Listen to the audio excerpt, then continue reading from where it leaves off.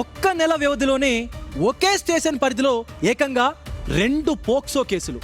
అంటే అక్కడ ఏం జరుగుతోంది? పోలీస్ వ్యవస్థ పనిచేస్తోందా? అసలు ఆ భయం ఉందా? ఆకతాయిలు ఇంతగా బరిదెగిస్తున్నారంటే ఎవరిని అడగాలి? తాజాగా జరిగిన ఇన్సిడెంట్ ఏంటి? దాని తాలూకు ఇన్నర్ డీటెయిల్స్ ఎలాంటివి? Let's watch. తన కూతురు కనిపించడం లేదంటూ ఒక తల్లి యాదాద్రి భువనగిరి జిల్లా అడ్డగూడూరు పోలీసులను వెళ్లి కలిసింది. కేసు నమోదు చేసుకున్న పోలీసులు వెంటనే రంగంలోకి దిగారు. ఈ కేసును ఒక ఛాలెంజింగ్ గా తీసుకుని గాలింపు చర్యలు చేపట్టారు. తల్లి కంప్లైంట్ చేసిన రోజు రాత్రే ఆ బాలిక ఒంటరిగా కనిపించడంతో ఆమెను తమ కంట్రోల్లోకి తీసుకున్నారు. తర్వాత బాలికకు తగిన ఆత్మస్థైర్యం కలిగేలా భువనగిరిలోని భరోసా కేంద్రానికి తరలించారు. భరోసా కేంద్రంలో బాధితురాలికి కౌన్సిలింగ్ ఇచ్చారు. ఈ టైంలో పలు సంచలన విషయాలు వెలుగులోకి వచ్చాయి.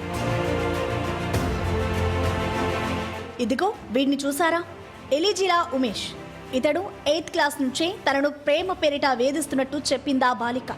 పెళ్లి చేసుకుంటానని నమ్మించి మాయ మాటలతో తనను లోబర్చుకున్నాడని బాంబు పేల్చింది. అంటే ఇది కేవలం మిస్సింగ్ కేసు మాత్రమే కాదు, ఇందులో పోక్సో స్థాయి మెటీరియల్ ఉందని అలర్ట్ అయ్యారు అధికారులు. అలాగని ఇది 1-2 సార్లు కాదు, గత కొన్నాళ్లుగా తనపై అతడు అఘాయిత్యానికి పాల్పడుతూనే ఉన్నాడని పూర్తి వివరాలను చెప్పుకొచ్చింది. దీంతో షాక్ అయ్యారు కౌన్సిలింగ్ చేసిన అధికారులు.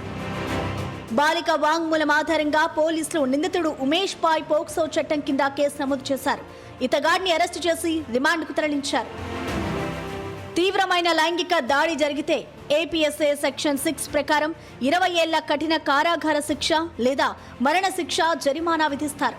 ఇక లైంగిక దాడి జరిగితే పిఎస్ఏ సెక్షన్ 4 ప్రకారం 20 ఏళ్ల కఠిన కారాగార శిక్ష లేదా జీవిత ఖైదు విధిస్తారు. ఇక లైంగిక వేధింపులు చేసినట్టు రుజువైతే ఎస్ఏ సెక్షన్ 8 ప్రకారం 3 లేదా 5 ఏళ్లు జైలు శిక్షతో పాటు జరిమానా విధిస్తారు.